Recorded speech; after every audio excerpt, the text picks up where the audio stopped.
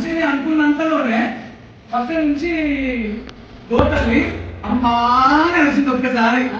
అంటే వచ్చిందయ్యా నా కృష్ణుడు వచ్చిండు, నీ ధ్యానం నిజమే బిడ్డ అని చెప్పి ఆమె గెజిటెడ్ సంతకం పెట్టేసింది. కృష్ణ ప్రవేశం అయ్యింది, గోపాల కృష్ణ ప్రవేశం అయ్యింది. ఇక్కడ చూడాలమ్మా, ఇక్కడ మనం పాలు పోస్తున్నాం కదా తల్లి, స్వామి పాలు పోస్తుంది కదా, దీనిలో ఓంకారం ఉన్నది అని చెప్తుంది నాకు ధ్యానం. ఎందుకో ఈ స్తంభంలో ఓంకారం ఉంది, ఇది ప్రణవ స్తంభం అట.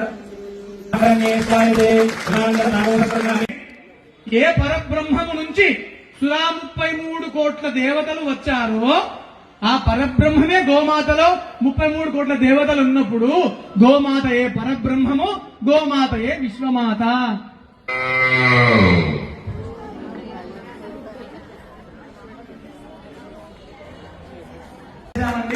గట్టిగా చప్పట్లు కొట్టండి, గట్టిగా నమస్కరించండి.